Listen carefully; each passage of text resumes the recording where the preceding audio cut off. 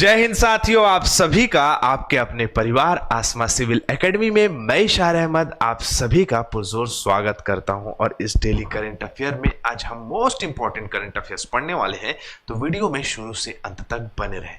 और अगर इस चैनल में नए हैं तो चैनल को सब्सक्राइब कर ले, और पहले से अगर इस चैनल में है तो मेरे प्रिय साथियों इस वीडियो को शेयर करना ना भूलें। चलिए अपना सत्र प्रारंभ करते हैं 23 दिसंबर के इंपॉर्टेंट करंट अफेयर्स। लेकिन उससे पहले हम एक पॉजिटिविटी अपने दिमाग में संजोएंगे।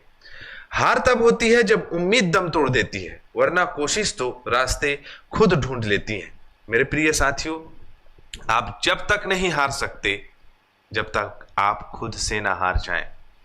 यह कथन बहुत सारे विद्वानों का मत है, और मैं बता दूं कि अगर आपको अपने काम से या अपने लक्ष्य से अच्छी तरह से उम्मीद है तो आप प्रयत्न करना, आप उस काम के लिए मेहनत करना, आप उस काम के लिए जो है समर्पण अपना दिखाना बिल्कुल भी नहीं भूल सकते। इसलिए अपने काम से, अपने लक्ष्य से उम्मीद जरूर लगाए रखें, और अपनी कंसिस्टेंसी से यह सिद्ध कर दीजिए कि हाँ, मैंने जो उम्मीद लगाई थी वो बिल्कुल सत्य है। मेरी बातें आप लोगों को समझ में आ रही होगी। चलिए अपना सत्र प्रारंभ करते हैं। निम्नलिखित में से किस इंडियन सोसाइटी फॉर क्वालिटी द्वारा प्रतिष्ठित जमशेद जी टाटा पुरस्कार सम्मानित किया गया है, किन्हें किया गया है? ओके, देख लेते हैं। आइए, इनका नाम है किरण मजुमदार शॉ। देखें कौन कौन आंसर दिया है। यामिनी चंदेल ने दिया है किरण मजुमदार शॉ, वेरी गुड यामिनी। रोशनी ने आंसर दिया है किरण मजुमदार शॉ भारत के अग्रणी बायोसाइंसेस आंदोलन के लिए ISQ द्वारा जमशेद जी टाटा पुरस्कार से सम्मानित किया गया। वेरी गुड, क्या बात है। कल्याण साहू, किरण मजुमदार शॉ। संतोष भगत ने कहा है शाम का दरोगा बैच डेली। ओके संतोष, मैं आपको बताना चाहूंगा मेरे प्रिय साथी कि बात ऐसी है कि जो दरोगा बैच है उसके डेली जो क्लासेस चल रही हैं वो मंडे टू थर्सडे होगी। ठीक है, अब मंडे टू थर्सडे आपको प्रॉपर दो वीडियो अभी आ रही है। धीरे से वीडियो की जो आप कहा जा सकता है कि संख्या वो बढ़ जाएगी, जिसमें मैथ्स रीजनिंग की भी क्लास आने वाली है, छत्तीसगढ़ GS की क्लासेस आने वाली है। तो मंडे टू थर्सडे हमने रखा है, बाकी टाइम जो है कंटेंट एंड रिकॉर्डिंग्स एंड बाकी चीज़ों का शेड्यूल रखा है। तो 4 दिन आपको वो वीडियो प्रोवाइड कराए जाएंगे। ठीक है, तो आप समझ गए होंगे मंडे टू थर्सडे मतलब सोमवार से गुरुवार तक। ठीक, चलो। और किसने आंसर दिया है? शशि टंडन ने, किरण मजुमदार शॉ, वेरी गुड शशि। सूर्यकांत ने आंसर दिया है, सॉरी सूर्या ठाकुर ने आंसर दिया है किरण मजुमदार शॉ, वेरी गुड। कहाँ से ज्वाइन करें सर? अच्छा संतोष, टेलीग्राम चैनल आपको लिंक भेज दिया गया है ना, मैंने कमेंट बॉक्स में चेक कर लिया है। ठीक, चलो। राष्ट्रीय किसान दिवस कब मनाया जाता है? आज के दिन मतलब 23 दिसंबर को। कब? आज के दिन मतलब 23 दिसंबर को मनाया जाता है राष्ट्रीय किसान दिवस, और भारत के 5वें प्रधानमंत्री चौधरी चरण सिंह जी के जन्म दिवस पे मनाया जाता है। ठीक है, कृषक वर्ग के ये थे। और जो है आप इस चीज को जानते हैं या नहीं जानते हैं? जानते होंगे कि किसान दिवस के दिन कई प्रकार की प्रतियोगिताएं आयोजित कराई जाती है स्कूल में, जैसे निबंध लेखन, आपका वाद विवाद प्रतियोगिता, ये सब सारी चीजें कराई जाती है किसान दिवस के दिन में। तो राष्ट्रीय किसान दिवस किसकी याद में मनाया जाता है? तो 5वें प्रधानमंत्री चौधरी चरण सिंह जी के जन्म दिवस के अवसर पर। ठीक है, चले आगे, चलो।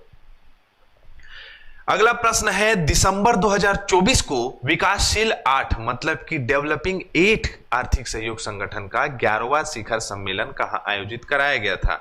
तो मैं आपको बता दूं कि इस्लामिक कंट्रीज ने, कुछ 8 इस्लामिक कंट्रीज ने ये संगठन बनाया है। मिस्र में इसे आयोजित कराया गया था। बांग्लादेश इस 11वें शिखर सम्मेलन की अध्यक्षता की थी इस बांग्लादेश ने। ठीक है, और लास्ट टाइम 10वां जो हुआ था D8 देशों का बैठक, वो 8 अप्रैल 2021 को बांग्लादेश के ढाका में आयोजित कराया गया था। ठीक है, और जो 2025 में होगा इंडोनेशिया में आयोजित होगा ये। ठीक है, ये बैठक तो मेजबानी करेगा इंडोनेशिया। कौन कौन से देश हैं? तो मिस्र है, बांग्लादेश है, Indonesia, Malaysia, Nigeria, Iran, Pakistan, तुर्की, ये जो है देश इसमें शामिल है। क्या काम है? तो एक दूसरे को आर्थिक एवं सामाजिक सहयोग प्रदान करना इनका मुख्य उद्देश्य है।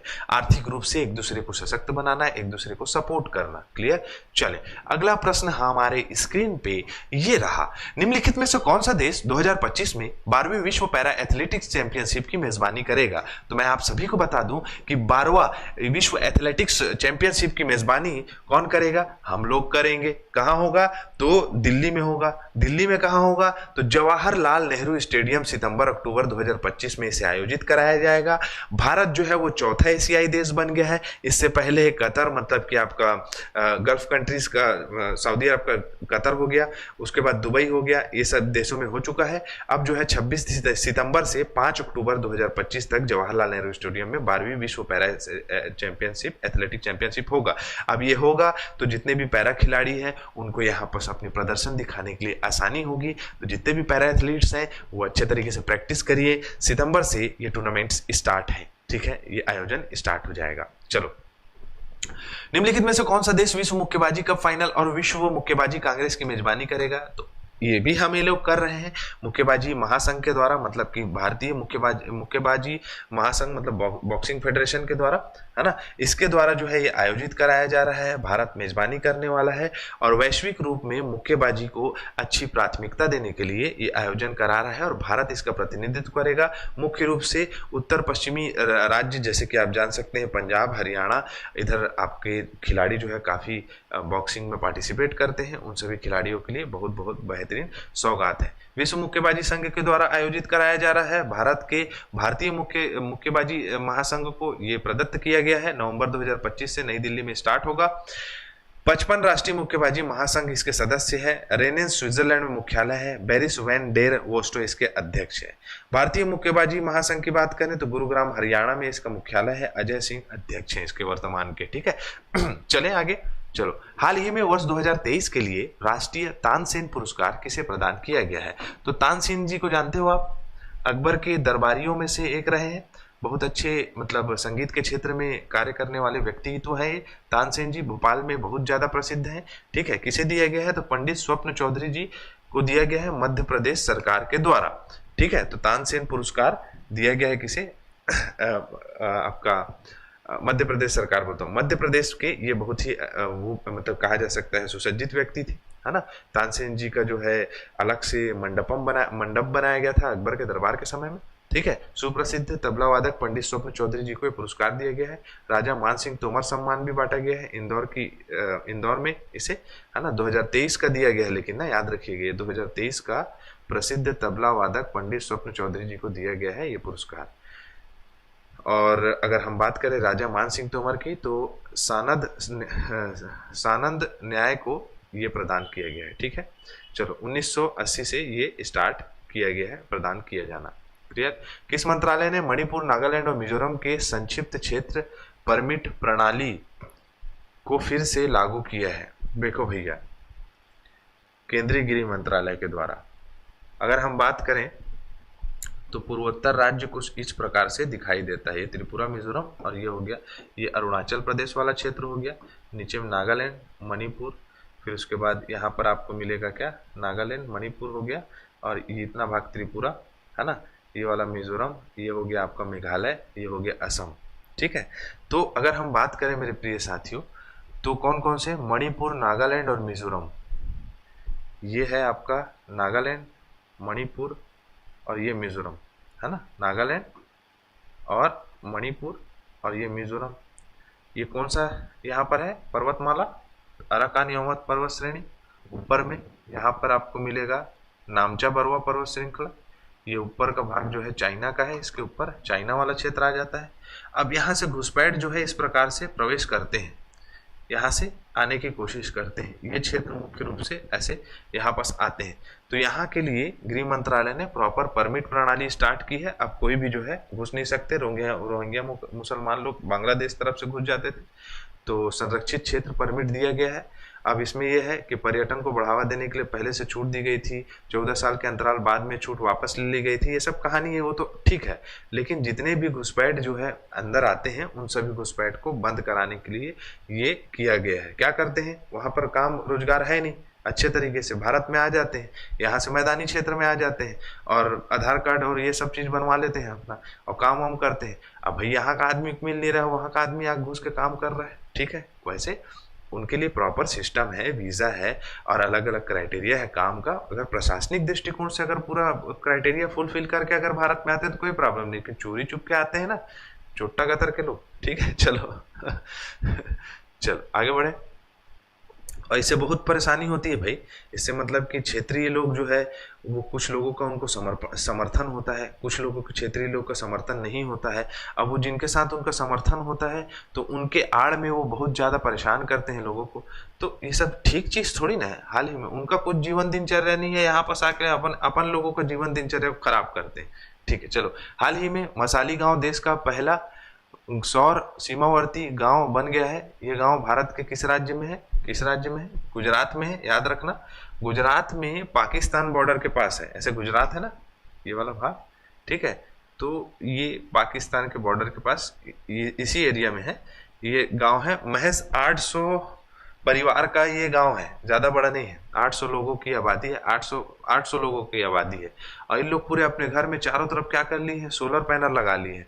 और इन लोग प्रॉपर जो है अपने से विद्युत उत्पन्न करते हैं और संचालन करते हैं, ठीक है।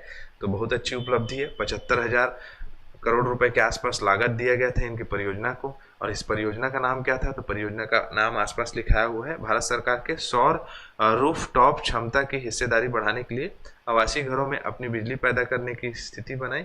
हाँ, पीएम सूर्य घर, पीएम सूर्य घर नाम से जो है ये परियोजना चली थी। उसके तहत जो है इन्होंने प्रॉपर ये कार्य किया गया है, ठीक है। क्या नाम है गाँव का?